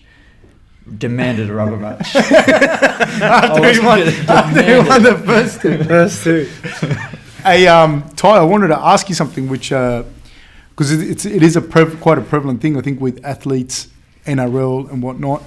and I'm only asking this because you put it publicly before, otherwise I wouldn't think. When you talked about like the gambling thing that happened with your exit of rugby league, can you elaborate on that? I think I wasn't trying to. I don't try to blame anyone. You know, it was my doing. It's fucking. No, but I just because I know. I've you talking about that, like the rugby league with the gambling? Oh yeah, I still like a gamble now. Can you explain it? Because you said you lost some of money. Yeah. How did that come about? Well, that day I just that just added to the flame. You know, so I was living away from home. I was living with a bunch of boys who were all from all from different places. Roger Tuivasa Shek is his star. And after work that day, I just went to the pub and started. When you say playing. after work, after football? No, I used to work and play footy as well. So like, and I used to go to do row fucking 10Ks every morning, like 4:30. I was the fucking worst thing ever. Fat club, like I was just a fat cunt, so I had to go row every morning before work. Anyway, I went to the pub that day after work and just started pressing. And then I won up a little bit. Then I went from there to the start, and it just went hard. And then I just lost everything. I got up about 25K, so. But then you lost everything. Yeah, well, when you get to 25, you think 50, then you go 50, 100, you know how it goes. I'll play it down. $1 million, you know, fuck, how hard, it's not hard to win $1 million. I'll play it down, yeah, I'll play it down. You're going to win it, you know you're going to win it. Fuck yeah, it's 100%. Yeah. And was that the catalyst for you leaving? Then next minute, yeah, well that was the day, like I had to get a cab. I asked my mate to fucking shout me a cab home, you know, so when I got home I was just a gambling hangover, I think, you know. But this is 18. Like, I think everyone goes through like a little gambling addiction when no one gets to play pokies, and then you all of a sudden play the cunts and you win. You're just like, this is it. When I was 19, I would be in the gaming lounge every single day, twice a day. That's me. Every single day. That was me, 100%. For like I don't know, 2 years. 100%. 3 years. Easy. And then it was just away from home. Footy has a culture like you have to have the best manager. If you got the best manager, you get the best teams. And I never had a manager. I never really like talking to the coaches because I always felt that, you know, like that's just me. I never really sucked whole, like, you know, you suck up to people. I just always thought if I'm going out there and I'm scoring 2 tries a game, give me a run. 100%. And then so I had the gambling thing, and then it was just I just like fuck it, I'm going home. You were talking about the gambling hangover. Can you explain that? Well, it's just like you had something in your hand, and then now you don't, and it just hurts you. My $1 million just went to zero. Like, that day that you lost a big sum of money. I went home. Yeah, I went home, packed my bags, went home. You finished your career. Effectively. Yeah, I went home. My when you say you went home, you went back to Mount Druitt? I went to the Maruba, packed my shit, and then went back home. Come back out here in West. And that was it? Well, then the coach goes, Tai, fucking, I'll give you a week, you know, have a think about it. And, you know, they're good to me. They're good to me, you know. I said, I'll give you a week, your head's not in the right spot. I said, yeah, all right, I'll come back after the week. And you never did? Never did. And at that point, did you go, I'm going all in with fighting, or? Not that point. What were you doing then?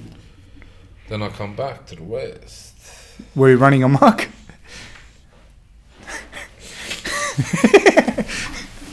Correct me if I'm wrong, but it seems like when you moved out with the lads and you're making some disposable income and you're away from all your family, away from all your roots, your lifestyle kind of got you. Like the change in your lifestyle was a bit of a I think mess. it's more of so at the start, like when you move to these footy houses, you know what I mean. At the start, it was sweet. Everyone was, you know, I was cooking dinner. We'll cook dinner. We'll have it all together. And then when things are like, well, I'm a real people's like. See, I don't watch TV. I'm always around people. Like I like being. So after a few months, that just started going. You know what I mean? So everyone will come home and just go bang in their rooms, close the doors, and which is all good. You know, everyone they miss their family as much as anybody else. So then it just meant. Fuck, it just meant time for me doing nothing. You know what I mean? I wouldn't sit there and watch TV, so I was like, fuck it, just keep going out, go to the pub, and that's why me being home is just I'm being around every people, my peoples, and we could sit around and talk shit for 5 hours. You know what I mean? And do you know what I mean? Like, 100%. No. Homesickness. Is that real for you? How bad do you get homesick? Like that was, and you were still in Sydney at that time. yeah, I miss the area. I miss my surroundings. I always do. Even like coming home now this week, I've just been driving around, cruising around the area. How good's Australia, but? Oh, Australia's the best country in the world by far. But I just miss seeing familiar faces. I miss being in my own surroundings. Like I just feel comfortable. Knowing how things work here. I feel comfortable. Yeah. What when you go away, like say for example, when you do a training camp, does homesickness affect you then? Not now. I've grown up a bit since then. I've grown up a lot. My job is to provide for my son, and that I don't get no sickness doing that. As long as I do good. Before when you stepped out, we were talking with Ty about Tyson's fight. What do you think of the fight? You know, I think Tyson did a lot of good things. He was putting it on him. That kick to the head, that head kick, that punch, like that, dropping OSP. But OSP's a bit of a vet at the sport. You know, he's up there for a good reason. You know, he reacted well under pressure. I think Tyson jumped on a potential kill, and OSP just recovered, just did the right things at the time, and and turned it around. I spoke to you the other day about this, and I think both of you will probably be able to speak on it.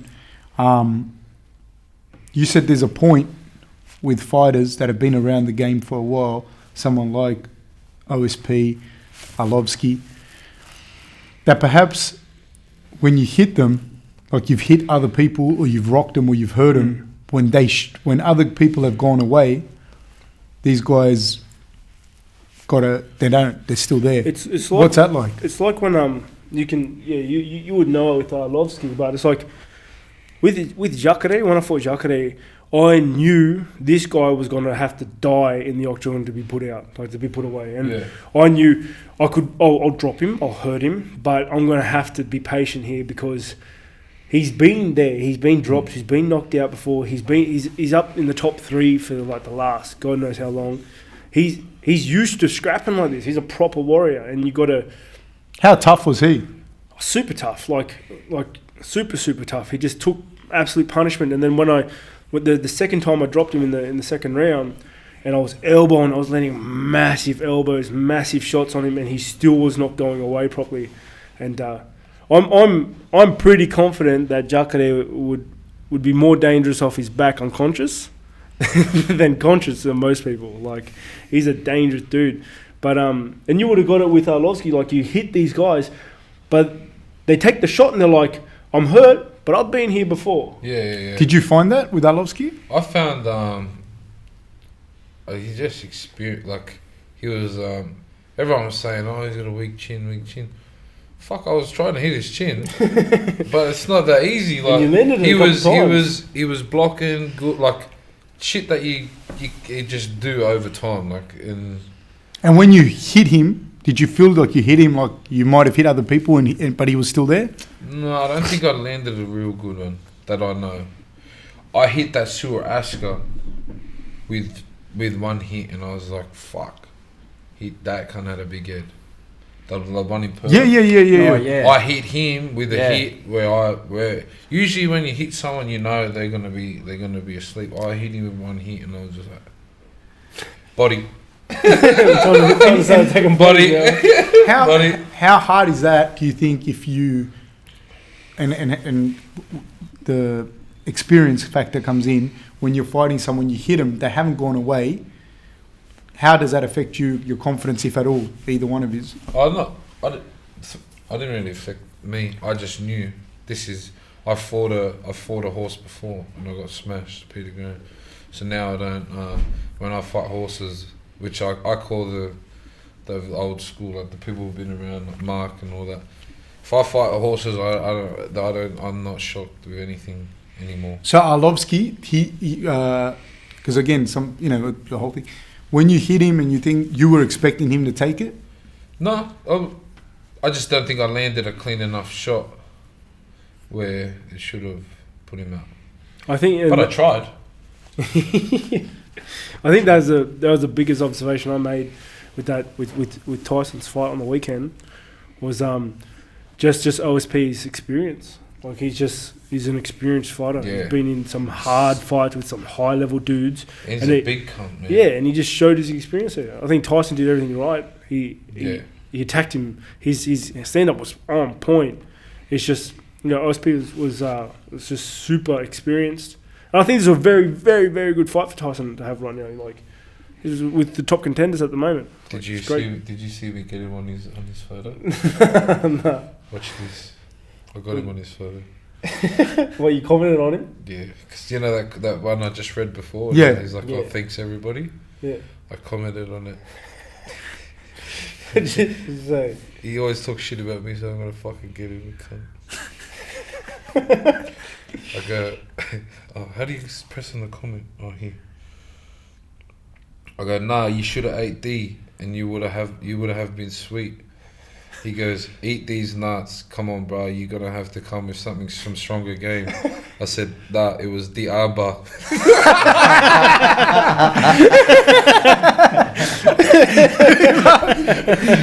That was set up, eh? Don't fuck to me, bro. The hashtag, too soon. It was like 2 days ago.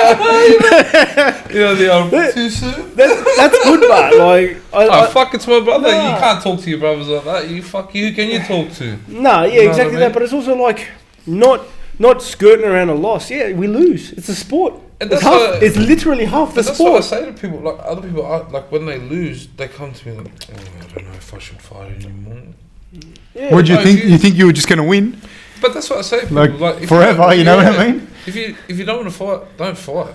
And You're there's gonna lose or you're gonna win. There's only two fucking ways about it. I mean, Mark Hunt said it best. It's like there's a hiding around the corner for everybody. Yeah. Like, I love that so much because it is. It's It's true. true. It's very 100%. true. And now I think you can carry that over like to anything, like business or whatever. If you think you're just going to put money in and then it's just going to win and win and win, nah, man. It's life. You know, and you know, like win and you lose. you see it a lot, like with people when they're like, if a fighter loses or if a fighter wins or whatever, and it's just it's so polarizing. But like you can fucking, of course you're gonna lose. That's the thing. I give it to him. I know he's my brother and everyone else, but it's not about him losing now. It's about how you come back.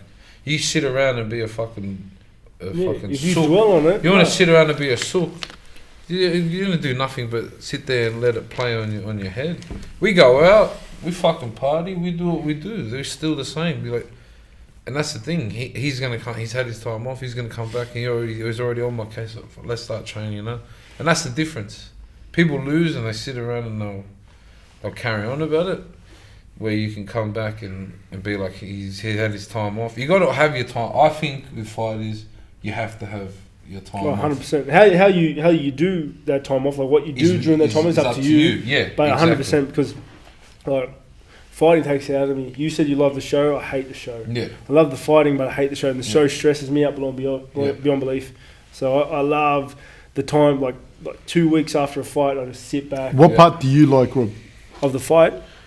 I love the fight. Just my favorite part is the fight. In that fight, in that moment where this dude's trying to take my head off, and I think, fuck you, I'm gonna do you, lad. Like I love that moment. That threat moment is the best for me. But there's that, and then there's the moment directly after it. Win, lose or draw, like knowing you just scrap with someone, the satisfaction I get from that, from knowing I just went to battle, nothing tops it. Like that's I don't know. It gives me like that. That's my high. Give me a boner. and above, like you enjoy the show, everything, da da da da. But would you say above all, it is the actual fight, or it's like the package? It's the package. The fight I can do around the corner. Yeah. Like you said, I think it's the package. It's I've always known I can fight, but fighting to me somewhere is different to this. Is like a package, so I get to do this in front of people and I get to make money. That I can't beat that. Do you know what I mean? So you enjoy all the media obligations and that? Fuck, I'm blessed. Like Yep. that for me is like, who would want to talk to Tai from the area? Yeah. Like when I run them up, no one wants to talk to me. I'll talk to Tai from there. Thank you. But you know what I'm like? You know, I look at it different. So I look at that stuff and I'm like, fuck, let's do it. Because it's a pretty hectic schedule when you go to the fight nights and that, isn't it? Or Chicago or something like that. Just makes me realise that we're here. Yep. That everyone's watching. So that's even more of a reason for me to punch on harder and to put a show on. Okay. I know a lot of people don't get me, but then I don't expect. How do you go with all the other rules and regulations? Like now that you're a professional athlete, you have to have a journal and that, and inform everyone where you go and train and stuff like that, or I don't think so, do it's you? management or Me? Yeah, Yeah, I do. oh, But no you do. chance, bro. Wait, you don't have to fill out the whereabouts. You Oh yeah, the whereabouts. yeah, the whereabouts. Oh, yeah, so you go and Bro, train in Thailand. I got nothing to hide, bro. Yeah. Do you get tested Yeah. Yeah. Oh, often? they check. No, not often. But that's what I'm saying. What are you going to come test me for? Some fucking KFC oil or some shit? But now you're in the top 10, you would be expected to get Oh, tested a but little bit that more, you doesn't think? mean anything to me. I'm fine. Did you get tested when you were in Thailand? No? No. Did they test in Thailand? Yeah, they come to Mark there. Yeah? They test Mark all the time. Mark gets hit Because up. they're trying to get it. Mark, Are they? Oh, because that Mark would... gets hit up all that would the throw- time, bro. yeah, And then they'll come and test Mark, and Mark will be like, Ty's just there. Test Like, him. oh no! Oh, test Like, him. Hey, I said, why you always fucking chuck me in, cunt? You're getting tested. Hey, how do they react to Mark when he says shit like that? Or is he I think joking? he's joking, but I think everyone's just like, they don't really know how to go with Well, Mark because he's yeah, just it's a like- scary cunt. Yeah, Mark's like someone's got like a pet bear and they go, Yeah, no, it yeah, doesn't bite, it's all right. And everyone's like, yeah, fuck Yeah. that. Whenever the guys come to my thing, my house, I always make bad jokes with them. I'm like, when I'm about to go piss, I'm like, hey babe, come, I need your piss. or I ask the guy, I go, nah, I need to do this one alone. I go, I please. don't really mind. Like, I don't like. No, you've got nothing to hide. It doesn't matter. Who tests you guys here in Australia? Asada. I think there's some countries that A Seder. yeah that like USADA just tests in the States, and That's then what I I think thought, yeah. then I think USADA. Correct me if I'm wrong, Fab, but USADA pays other organisations to Yeah, to well, run the testing. they work. So, for example, the ASADA works for USADA here. Yep. Which is like one of the things as well where it is a bit of a discrepancy if you think about it. Like, say, for example, if you're training in, I don't want to say a country, people are going to say, oh, no, we're not corrupt. But just say if you're training in a country like, say, Vietnam or Thailand or whatever, and the monthly wage is $100 a month, right, and you're training there, and the testers are coming out, like, let's forget USADA. All I'm saying is if you're in a country where the average wage is $100 American a month, that opens itself to a shit ton of corruption, nothing to do with the sport, nothing to do with USADA. I'm talking about corruption going to the airport. I'm talking about corruption with the post office. Yeah. So, that's definitely something that's opened up, So and the I think point we're another getting at loophole. Is Another loophole. That's another loophole. Yes, I think that's what it sounds yeah, like. cunts definitely. can pay money. Is that what we're saying? Like, people can pay money and anything can happen. Well, if I was I don't know what it would be in Brazil, but if I was a tester in Brazil and It's I'm Brazada. on a minimum wage, yeah, The Brazada, brothers. and I was on a minimum wage, which Brothers. is, I don't know. When you said it, no one reacted to it, and I was like, I know what this guy, I know what this guy meant. And I was like, You'd like to get a knock on the door from them cunts. No, well, if I was one of the workers and I rocked up to a fighter's house and I'm on a minimum wage Yeah, and yeah. he offers me a Rolex, Oh, yeah. I'm pissing in the cup for him. Yeah. Do you know what I mean? You- It's like- you and your whole family. Yeah, yeah, You get exactly. little kids are pissing it for you. So I guess there is a bit of a loophole. there, Anything but- for the rollie on the wrist. It's, yeah, fuck. I don't know, but it is definitely there. It's definitely. I don't know that happens. I'm not saying that it happens. I don't know, but I definitely have to say that there would be a loophole there as well. At the very least, like I can't imagine it. I want to being- try it next time someone comes to my house. You wouldn't be able to do it in Australia because the minimum wage is too high. Yeah. Oh. Yeah, and plus you're innocent. So, There's no point. yeah. Have you seen those guys? They're like they're posting on Instagram with their testing thing. Like, I passed the test. And you're like, you're fucking meant to pass the test. Supposed to pass it. It's not a fucking award. I don't know why people get angry at USADA. Like, or why do people get angry at them? I don't know. Like, Or they act like it's a fucking achievement to pass a The guy test. that comes and tests me, the guy from Australia, I forgot his name. He's always so happy to see me. Yeah. Oh, I'm so happy to see you. You know, I've got a Other relationship people- with my guy too. Yeah, other people, they take other people. You know, they're real mean. You go, you invite me in the house. Yeah, I get my guy Doesn't coming in, everyone offer do him a this? coffee. Doesn't Yeah, everyone do this? I'm offering him a coffee. Like, Nah, I'm sure probably this guy doesn't want to watch you piss either. You know what I Apparently, mean? cunts gets full angry and They get angry at him. yeah, I don't know. Well, I'm not there, but that's what they say. I've seen people say it disturbs them when they're early and that, and it's I don't know. a pain in the ass. Yeah, it's part of your job. Yeah, exactly. Yeah. That's I think we should do more testing. You heard it here first. Phase 2. Phase 2. Phase The two. testing. test them out. Testing. That's The testing. what stuff? What new stuff have you got going on, Rob? At the moment, I'm currently gone. I had the surgery with my hand the other day. I should have it in a cast, but I don't. Got to get these wires clips. Literally after this, I'm going to go get these clips. Where's the loo? Let me go. Go out this door, man. Out this door, down the stairs. Oh, Yeah. Yeah. So yeah, no, I'm just. You good? Yeah, he'll find it. I'm just recovering from my hand injury. At the moment, I would have started training again. Hey, sorry, I don't want to interrupt you. Just real quick. Don't make eye contact with him when he comes back, please, Eli. You're going to get yourself fucking... He doesn't know you well enough. He'll do you, bro. He was saying that as he was looking at me, and then I started. He's just going to looking beat the fuck out of you. He will do you, bro. We're trying to make sure that you don't get you don't get killed, all right? Yeah. Me and Fab know him well enough now that he won't try to kill us.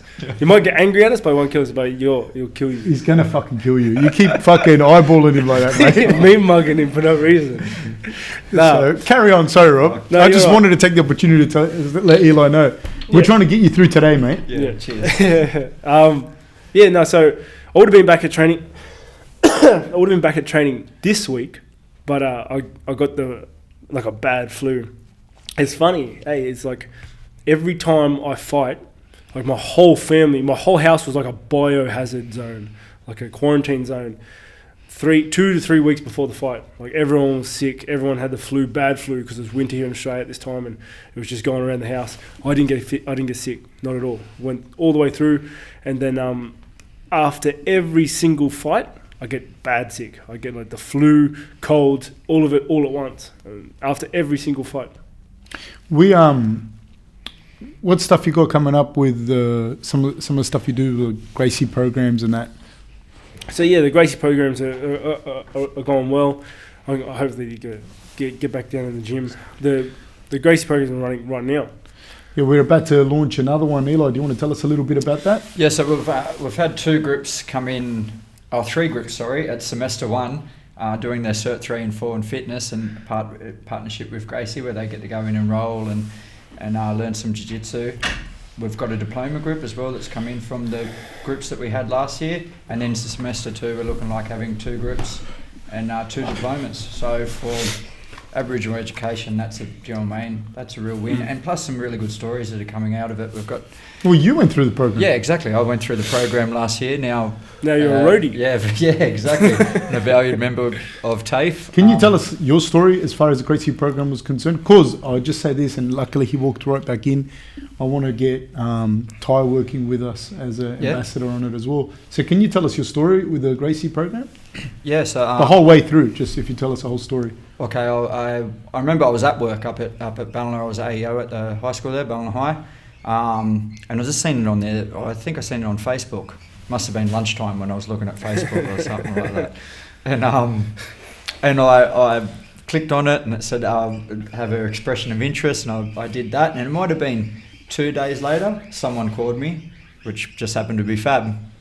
And he said, would you be interested in this course and that? I said, oh yeah, I just seen it online. And then he started to explain it, that it had a jiu-jitsu component. I already trained a bit of jiu-jitsu and that. At that time I travelled to Brazil and back a fair few times and trained over there. But I would always been around the fitness and that, but never, didn't have any qualification. So I also boxed and taught boxing and that, so I was really interested in it. Came down, it's a little bit, do you know what I mean? When we come down, there was everyone from New South Wales, from all different mobs and stuff like that, but we grew close pretty quickly. We went through and did our 3 and 4 last year, and then I made some network. I remember one of the things that Fab really stressed to us the first time he met us and that, he said if you get anything, even if you don't go on and do something in the fitness industry, it's really good to expand your network. You'll meet people here that you don't know before. So if you don't talk to them, you never know what they do, and one day could come in handy and stuff like that. And I remember Fab one time asking me in the car, he said, oh, you ever thought about moving to Sydney? I said, I've lived in Sydney before, but younger when I played football and that. And I said, yeah, if the opportunity ever arose, I'd move back down. And then earlier this year, I think it was, January this year, I got a phone call from David Roberts, who's the boss and that, and said they needed some support down here, and student support. So I moved the family down. Now I am here training at Gracie and a roadie on the GrangeTV. So it just shows like something as little as just looking at something on Facebook expanded to a thing where we moved our family down here. My network has expanded. I get to meet great people every day. All the students that come through too, do you know what I mean? It's really special. And it all started from, do you know what I mean, just a little Facebook post and having Rob on it, and then Fab, do you know what I mean, really putting in the hours to making it grow on that. And my story is only a tiny little story compared to the, do you know what I mean, how many students we've had. And we've got people working in the fitness industry now. We have people who fight. Professional MMA, people who are going to university, I mean, all from this little course. So some of the stories that we've got from it just are great. And you got nothing to lose from this course. Like, you got nothing to lose, everything in the game. I think it's silly not to. He's just Eli. You just completed the fitness component of the diploma.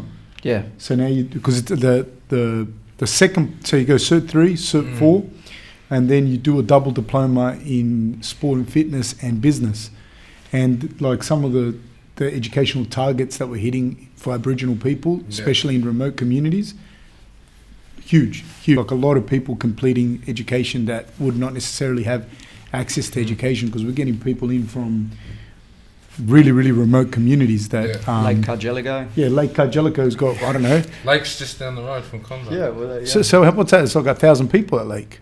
The Lake's not too far. But it's 20 minutes. Yeah, but it's tiny. Like it's a tiny fucking place. Yeah, they're wild out there. Oh, yeah. So we have people from there as well, just completing now their double diplomas. It's pretty cool. It's awesome what you're doing, and it's people like you that keep it in there for us. I don't think it's not just people like us, but having guys like you come in today. Do you know what I mean? You see how much it means to someone. How many photos you get taken downstairs? Yeah, you. How many photos you get taken? Is he the most popular now? Nah. Alex still? Oh no, Axel was it? Axel Whitehead's the most popular. Because Sorry, mate. We had the old community service girls in when he came in. You're second most, and then Rob third. He just overtook you. Because I'm around here all the time. Nah. He was on home and away. Because I'm around here all the time, they're like, oh, we always see Rob. So. Comment on his fucking... Who's Axel? I don't know. He's a guy that's been like on home and away in that. Yeah. Oh, bro, come on, bro. Hey, you got to take your losses. We're on phase 2 now, bro. Acting's coming soon, bro. The acting's coming soon. Man, but we would like we went up to Tablum.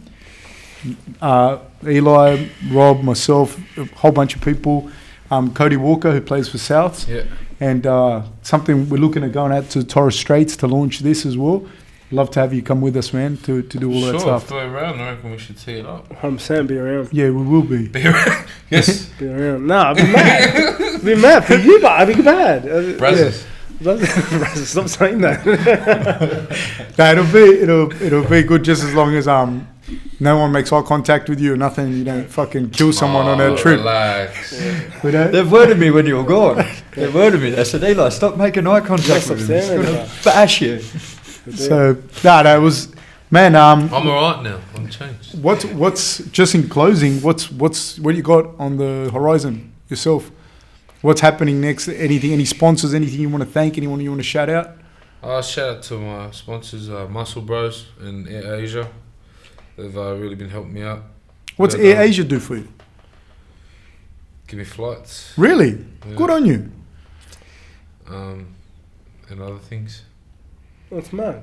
But yeah, because I go to Thailand a lot, so it works out for me. It saves you heaps of money in the long run. Very.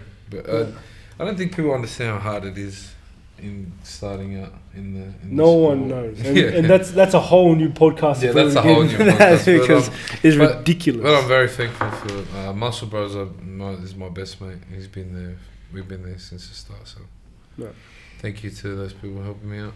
Respect. All right. Anything with your elders group? Anything going on with that? I've actually got to go visit them. I haven't been to work for a long time. I haven't even been in the area for a long time. You know what I mean? So you've been busy. Getting into the top 10. I've been working, baby. Been working. But like I said earlier, I got a few things to fix up, business wise, and then fuck, the money's there. I'm fighting anyone. Excellent. All right. Well, to the future heavyweight champion, thank you for being here. Thank you for coming out. Really appreciate your time. Well, thank you, Rob, Eli, Fab. Thanks, boys. Yeah, the boys. Thank you very much.